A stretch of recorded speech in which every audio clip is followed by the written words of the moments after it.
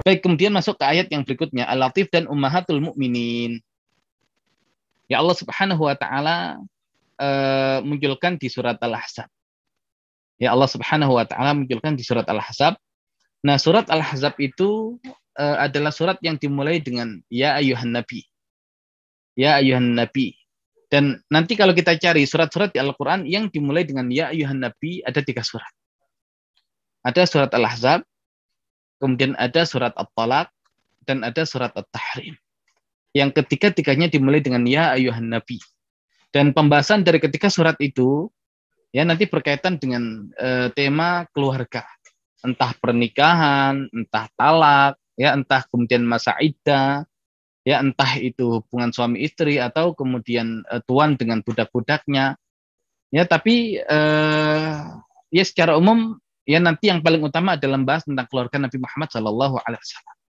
Yang dalam hal ini nanti ada pembahasan tentang ummahatul mukminin, ya juga bagaimana Allah Subhanahu wa taala menyebut mereka semua sebagai ya ahlul bait. Ya sebagai ahlul bait yang Allah Subhanahu wa taala ingin menghilangkan kotoran dari mereka dan Allah Subhanahu wa taala ingin mensucikan mereka. Nah, Allah Subhanahu wa taala berfirman ya di surat Al-Ahzab ayat yang ke-34. Wadhkurna ma yutla fi buyutikunna min ayatillahi wal hikmah innallaha kana latifan khabira. Dan ingatlah apa yang dibacakan ya di rumah kalian dari ayat-ayat Allah dan hikmah, yaitu sunnah Nabi Muhammad sallallahu alaihi wasallam. Innallaha kana latifan khabira. Sungguh Allah Subhanahu wa taala Maha lembut, ya lagi Maha mengetahui. Jadi ini perintah Allah Subhanahu wa taala khusus untuk para ummahatul mukminin agar mereka menyebutkan, ya agar mereka menyampaikan, agar mereka mengingat kembali ayat-ayat yang Allah Subhanahu wa taala turunkan kepada nabinya yang dibacakan di rumah-rumah mereka, dan apapun yang kemudian disabdakan oleh nabinya yang disampaikan di rumah-rumah mereka agar menjadi pelajaran ya bagi manusia. Kemudian Allah tutup innallaha kana latifan khabira. Sesungguhnya Allah Subhanahu wa taala ya Maha lembut lagi maha mengetahui. Dan jelas ini untuk ummahatul mukminin berbeda. Ya, ummahatul mukminin berbeda dengan wanita pada umumnya. Ya, makanya dikatakan wa azwajuhu ummahatukum. Dan istri-istri Nabi itu adalah ibu-ibu kalian. Ya, makanya judulnya adalah ummahatul mukminin, ibunya orang-orang beriman atau para ibunya orang-orang beriman, yaitu istri-istri Nabi Muhammad Shallallahu Alaihi Wasallam.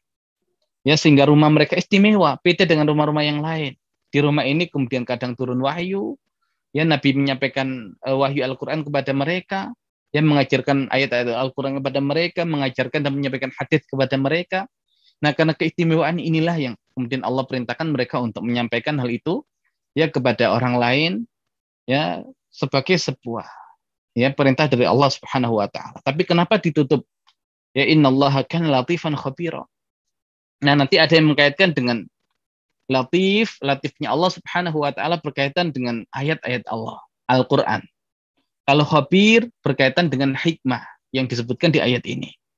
Ya, bukankah hikmah itu ya tidak diketahui ya kecuali kalau kemudian memang sudah terlihat ya hikmah itu. Ya, peristiwa terjadi, kita tidak tahu hikmahnya. Tapi nanti kalau kemudian sudah kita ketahui hikmahnya, oh ini ternyata ya hikmah di balik peristiwa ini. Dan itu berkaitan dengan khabirnya Allah Subhanahu wa taala. Ya, bukankah Allah Al-Khabir yang mengetahui awal dan akhir sesuatu? Nah, sehingga hikmah dari apa yang terjadi di muka bumi ini Allah Subhanahu wa taala mengetahuinya.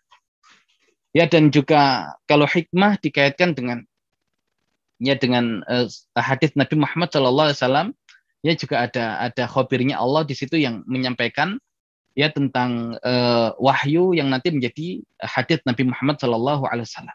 Ya, bukankah Allah Subhanahu wa taala berfirman ya di surat An-Najm, wa ma yantiqu 'anil hawa in huwa illa wahyu yuha. Tidaklah yang disampaikan oleh Muhammad itu adalah hawa.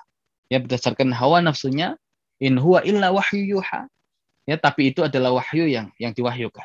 Nah, adapun latif, kelembutan di sini ya berkaitan dengan ayat-ayatnya Allah. Ya, karena Al-Qur'an itu mukjizat. Yang mukjizatnya tersimpan di dalam ya redaksi bahasa yang ada dalam Al-Qur'an.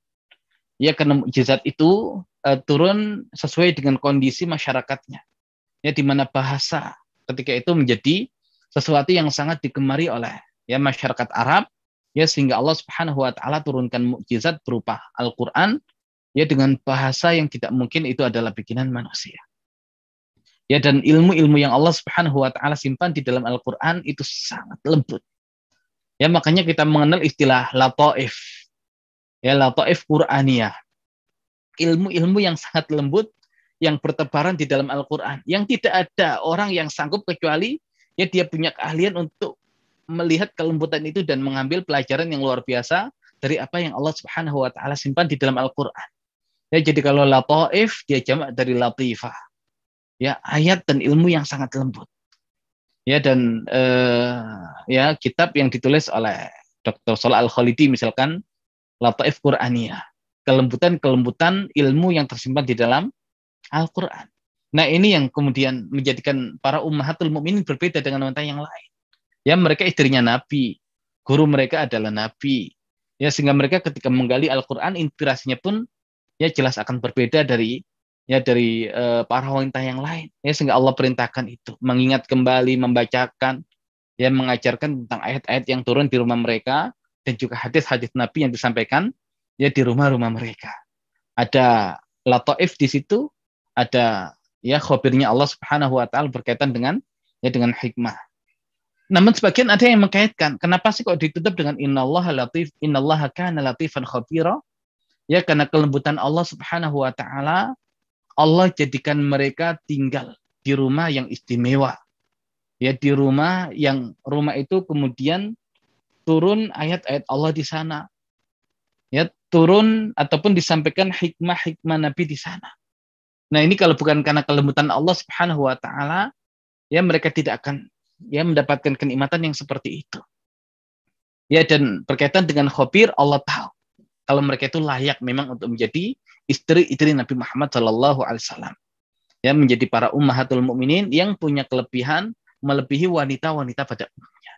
Jadi bisa latifnya ini dikaitkan dengan Al-Qur'an yang di dalamnya mengandung ilmu-ilmu yang Allah simpan dengan sangat lembut yang ya tidak sembarang orang bisa mengeluarkan itu.